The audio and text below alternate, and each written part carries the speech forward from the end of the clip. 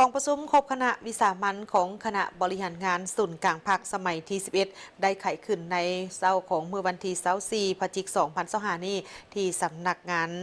ศูนย์กลางภาคโดยภายใต้การเป็นประธานของสหายทองนุ่นศรีสุริตเลขาธิการใหญ่คณะบริหารงานศูนย์กลางภาคประชาชนปฏิบัติลาวประธานประเทศโดยการเข้าร่วมของบรรดาสหายคณะกรรมการศูนย์กลางภาคเลขาภาคแขวงกระทรวงและองค์การ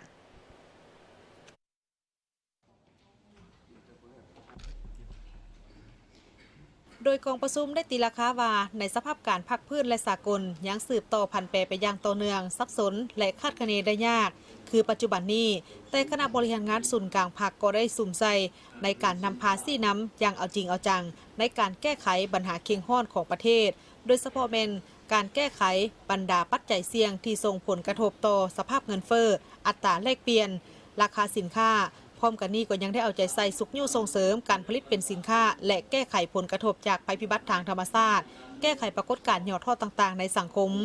สร้างได้การหันเปลี่ยนที่ตั้งหน้าและทวงท่าที่ดีให้แก่การสืบต่อพัฒนาประเทศชาติให้นักแน่นเข้มแข็งยิ่งขึ้นกองประชุมครั้งนี้ได้ดำเนินในท่ามกลางบรรยากาศที่ทั่วภาคทั่วรัฐทั่วกำลังประกอบอาวุธและทั่วปวงชนพร้อมสุ่มใส่การจะตั้งปฏิบัติมติกองประชุมใหญ่ครั้งที่11ของพรรคท้ายสมัยแผนพัฒนาเศรษฐกิจสังคมแห่งชาติ5 ปีครั้งที่9ติดพันกับการพันขยายมติกองประชุมใหญ่องค์คณะพรรคกระทรวงองค์การนครหลวงและแขวงการก้าเกี่ยมกลมพร้อมในการเฉลิมฉลองวันชาติที่2 ธันวาคม50 ปีวันเกิดประธานไก่สนพบวิหารครบรอบ105 ปีอย่างเป็นขบวนฟุดฟื้นกว้างควงเพื่อสุกโยกการก้าวเข้าสู่กองประชุมใหญ่ครั้งที่12ของพรรคอย่างนักแน่น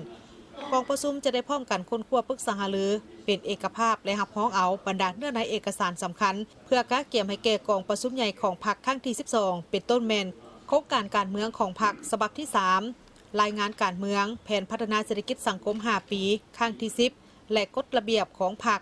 ฉบับปรับปรุงพร้อมกันนี้กองประชุมยังได้พร้อมกันดำเนินชีวิตการเมืองท้ายสมัยเพื่อสำรวจกวดกาการนำพารวมของหมู่คณะและความรับผิดชอบการเมืองของบรรดาสหายคณะบริหารงานศูนย์กลางพรรคในโอกาสดังกล่าวนี้สหายทองนุ่นศรีสุริตก็ได้มีความเห็นโดยเน้นนักว่าบรรดาเนื้อในดังกล่าวนั้นล้วนแต่เป็นปัญหาสำคัญมีลักษณะยุทธศาสตร์ของเผ่าที่จะเอาไปผ่านและหับห้องเอากองสุนใหญ่ของพรรคครั้งที่12 ปี2026ซึ่งจะเป็นบอนอิงและเป็นเข็มสีทิศเยืองทางให้แก่การนำพาสีนำเวียกงานของพรรคของรัฐในสุมปีต่อหน้าผ่านมาพวกเฮาก็ได้ค้นคว้าพวกเฮาก็ได้ประกอบความเห็นก็ได้อธิษสีนำอย่างลึกซึ้งบรรดาสายก็ได้นำไปพิจารณาค้นหาคนปรุงหลายฮอบขอให้บรรดาสายเจาะจงใส่ปัญหาสำคัญที่จิตใจของแต่ละสายว่ายังบ่ทันเห็นดียังจะขอปรับปรุงยังจะขอเปลี่ยนแปลงเติมให้เจาะจงใส่นั่นเพื่อบรรดาสายจะได้นำไปค้นคว้าพิจารณาส่วนว่าวาระองค์ประชุมศูนย์กลางภายในกรรมการศูนย์กลางพรรคนั้นพวกเขาจะมีขอแนะนำทางหากภายหลังวาระ